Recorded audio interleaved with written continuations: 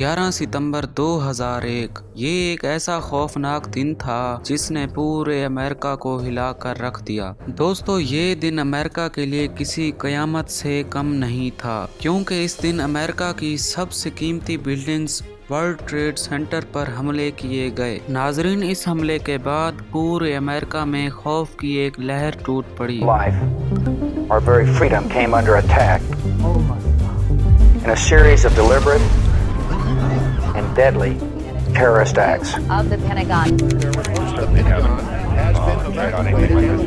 दोस्तों, इन हमलों को 9/11 के नाम से जाना जाता है। आइए जानते हैं आज की इस वीडियो में कि आखिर ये हमले कैसे किए गए थे।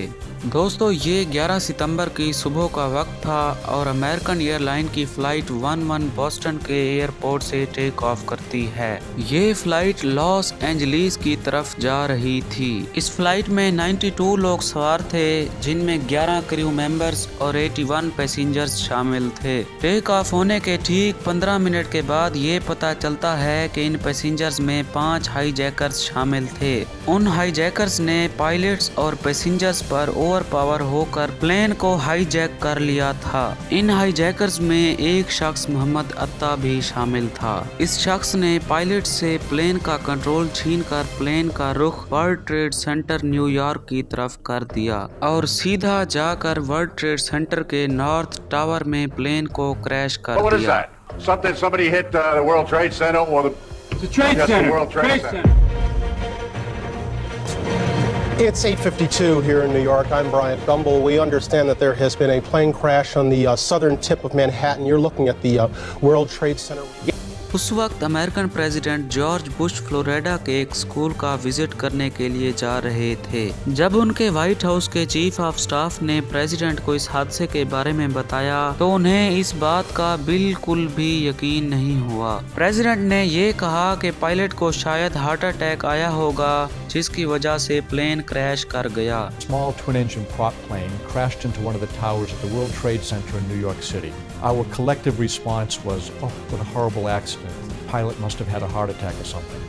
दोस्तों, ये कहानी अभी यहीं ख़त्म नहीं होती। इस हमले के ठीक 17 मिनट के बाद पता चलता है कि यूनाइटेड एयरलाइन की फ्लाइट 175 को भी 5 हाईजैकर्स ने हाईजैक कर लिया है। ये हाईजैकर्स पायलट से प्लेन छीनकर वर्ल्ड ट्रेड सेंटर के साउथ टावर में प्लेन को जाकर क्रैश कर देते हैं। अब तक वर्ल्ड ट्रेड सेंटर के दोनों टावर्स में प्लेन क्रैश किए जा चुके थे। उस वक्त यूनाइटेड स्टेट्स के प्रेसिडेंट स्कूल के क्लासरूम में बच्चों के साथ रीडिंग एक्सरसाइज करने में मसरूफ थे। उसी वक्त उनके चीफ ऑफ स्टाफ आकर प्रेसिडेंट को दूसरे हमले के बारे में बताते हैं। उसके अगले 7 मिनट तक प्रेसिडेंट क्लासरूम में बैठे रहते हैं और फिर बच्चों के साथ तस्वीरें बनवाकर वहां से चले जाते हैं। ये खबर अब पूरी दुनिया में फैल चुकी थी कि वर्ल्ड ट्रेड सेंटर पर अब तक 2 हमले किए जा चुके थे।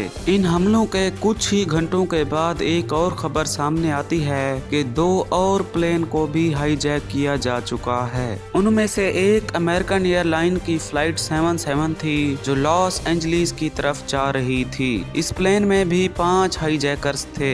दूसरी यूनाइटेड एयरलाइन की फ्लाइट 93 थी, जो कैलिफोर्निया की तरफ जा रही थी। इस प्लेन में 4 हाईजैकर्स थे। इन दोनों फ्लाइट को हाईजैकर्स अमेरिका के कैपिटल वाशिंगटन डीसी की तरफ टर्न कर देते हैं। इनमें से फ्लाइट 77 वाशिंगटन डीसी में मौजूद यूएस के डिफेंस की एक अहम बिल्डिंग, जिसको पेंटागन के नाम से भी जाना जाता है। ये हाईजैकर्स इस बिल्डिंग में आकर प्लेन को क्रैश कर देते हैं।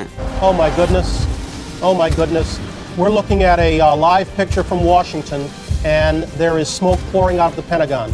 It would appear that there has been another major explosion, this one in the nation's capital. इन 3 हमलों के बाद यूनाइटेड स्टेट्स की तमाम एयरलाइंस को इमरजेंसी तौर पर बंद कर दिया जाता है। उसके बाद सुबह के 9:59 AM पर वर्ल्ड ट्रेड सेंटर के साउथ टावर में प्लेन क्रैश होने की वजह से ये टावर नीचे गिर जाता है। And this is the collapse. We're showing you, this is the collapse, ladies and gentlemen, on videotape. The collapse that just happened. Unbelievable. दोस्तों उसी वक्त चौथे प्लेन के बारे में भी काफी डर पैदा हो जाता है कि हाईजैकर्स उसे कहां क्रैश करवाएंगे। उस प्लेन में बैठे पैसेंजर्स उन हाईजैकर्स से लड़ पड़ते हैं और इस प्लेन को एक फील्ड पर क्रैश करवा दिया जाता है। दोस्तों 10:28 पर वर्ल्ड ट्रेड सेंटर का नॉर्थ टावर भी गिर जाता है। नाजरीन इस हमले में 3000 लोग मारे जाते हैं और 6000 से ज्यादा लोग जख्मी भी होते हैं। दोस्तों इस हमले का मरकजी किरदार उसामा बिन लादेन को ठहराया जाता है। उसामा बिन लादेन ने ये एतराफ़ भी किया था कि अमेरिका मुसलमानों पर जुल्म ढा रहा है, इस वजह से उन्होंने ये हमले किए हैं। इन सब के बाद मई 2011 को यूएस अपने $बिलियन खर्च करके उसामा बिन लादेन को मार देते हैं। उम्मीद है कि ये वीडियो आपको पसंद आई होगी। इसको लाइक करके हमारे चैनल को सब्सक्राइब करना ना भूलें।